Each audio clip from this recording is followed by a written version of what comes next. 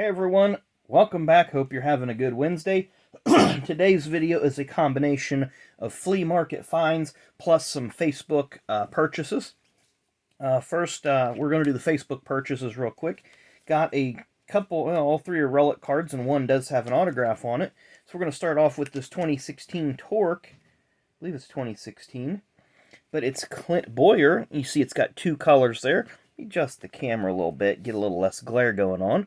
But 2006, numbered 10 out of 199, so only 4 off of a door number.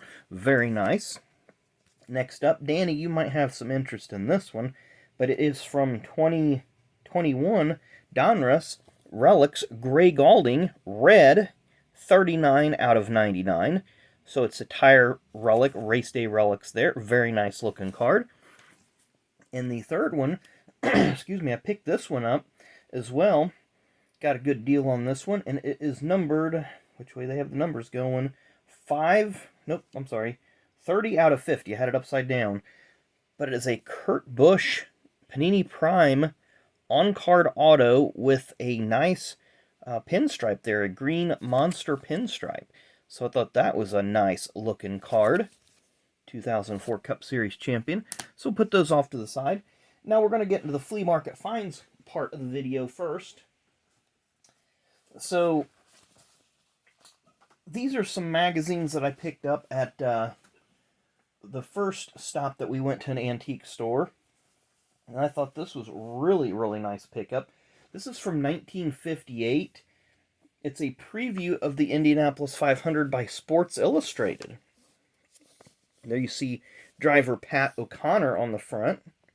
Zoom out just a little bit more so maybe you guys can see that a little bit better. It's hard to get magazines on here and do a good job, but this thing is just in immaculate condition, and it does have other sports covered on the inside.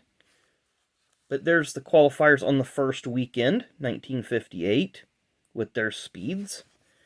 Some photos there, very nice, just an awesome history, piece of history that shows the Indy 500. And some of the other sporting events taking place at that time. I'm going to set this one off to the side. Then from 1982, an Indianapolis Monthly magazine. Of course, naturally, that is a magazine published up here as one of the cards takes a tumble. I need to just scoot this back a little bit more. Indianapolis Monthly. There you see Michael and Mario Andretti, or Mario and Michael, and Bobby and Robbie Unser. Of course, we have, looks like that's Mario and Unser, part of the famous 1981 finish. Now, from 1982, we have one of these awesome yearbooks. Of course, at the time, this was the closest Indy 500 finish in history with John Cock over Mears. Has a lot of statistics, a lot of stories, a lot of pictures. Just really, really awesome. And I did not see this when I was flipping through it, so somebody... there you see some parking, second turn suite, so that's pretty cool. You never know what you're going to find in these old magazines and books, so that's what I like buying them for, just all the history, all the information, completely priceless. Next up is some stacks of Nascar programs, some Indycar programs and such, but this was in one of them, a Sterling Marlin postcard / hero card. Has a little bit of water damage there, but that's fine. There you see place stamp there, so it's a Stavola Brothers. It's from 1993, the only year that Sterling ran with the Stavola Brothers.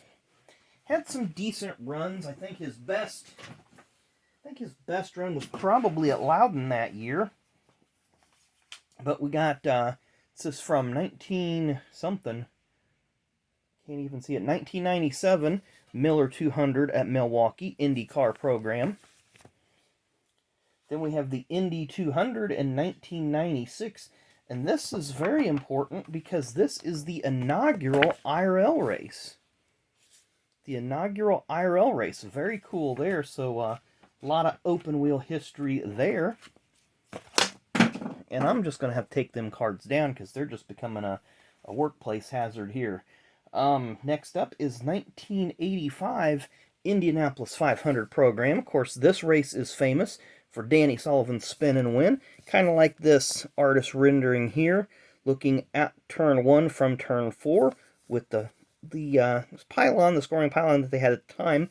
Of course, it has changed. Up next is from 1995, Miller Genuine Draft 200 at Milwaukee. So whoever had these definitely went to the Milwaukee Mile. Then I got one from 1998 as well. And the back cover's damaged on it. If I probably wouldn't have bought it if I would have known that cover was damaged, or I would have at least asked for a reduction. It's only $3, but maybe offered them $1 or $2 for it instead, since that back cover's damaged. Up next is 1997 from Bristol Motor Speedway. Got to turn it sideways to show you the cover art. Probably is that a Sam Bass? No, it's not. But it's still a nice looking piece. And there you see this piece of paper on the inside of it. A lot of times you'd buy a program on race day, come with a piece of paper inside with the starting lineup. So there you see Goodies Headache Powder, NASCAR Winston Cup Race, Bristol Motor Speedway, 1997. So very cool. Stick that back in there for safekeeping. Flip this back around the right way. Then up next from March 14th, 1993, and I'm not going to get it. This is the book that had the Sterling Marlin postcard in it. And there's a little bit of water damage on this, but it's the Motorcraft 500 program. Of course, Bill Elliott was the defending champion of this race. This would be Jeff Gordon, be Morgan Shepherd's last career win, I believe. Yeah, because he won 81, 86, 90, 93. So that would be his final career win, driving for the Wood Brothers. Jeff Gordon had a 4th place finish in that race. And this race was very unique because it was actually snowed out 2 weeks earlier, I believe. And they came back, and when they ran this race, it was originally scheduled to be aired on ABC, ended up being shown on TNN, so it was the only Cup Series race from Atlanta that the Nashville network ever telecast. Up next, I think I already have this one, but if not, I'm happy to have 2 of them. But it's from 1985, Daytona 500 program.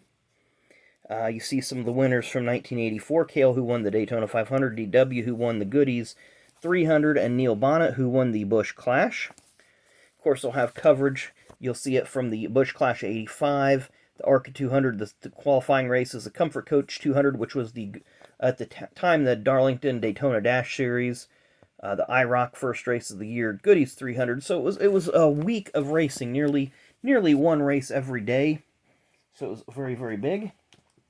Speaking of pretty big, 2002 Daytona 500 program. This one is just an extremely thick program. Of course, Michael Waltrip there on the cover. We all know what happened in 2001 at the Daytona 500, but I thought this was super cool. The starting lineup was also in this one, and this one is a high-quality starting lineup.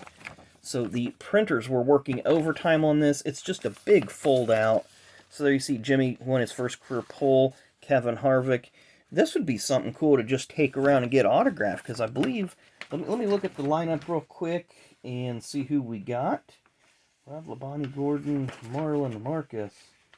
Well, Johnny Andretti is the only one that I see to this point on here that's no longer with us. Bobby Hamilton, unfortunately.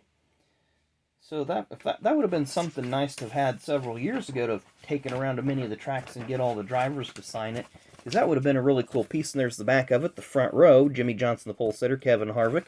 I think Johnson ended up finishing about 15th. Harvick ended up in the high 20s, low 30s, involved in the big one about 2/3 of the way. That set up that crazy finish with Ward Burton and Sterling Marlin and all them guys. Then from 1997, I'll show you the program here in a minute, but this was part of in the package, and I'm not going to pull this stuff out, but it just has some promo material about some die-cast and some trading cards and stuff from 1997. I don't even think there was any trading cards. It was all just die-cast stuff, so like Winner's Circle, and some of the other stuff that was coming out at that time.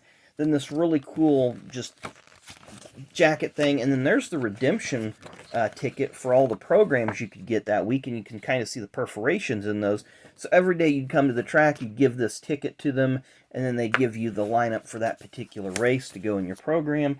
And without further ado, here is that program. 1997 Daytona 500. Of course, this was a very, very crazy race. This is the first of, I believe, 3 Daytona 500s Jeff Gordon won. He won in 97, 99, and 05.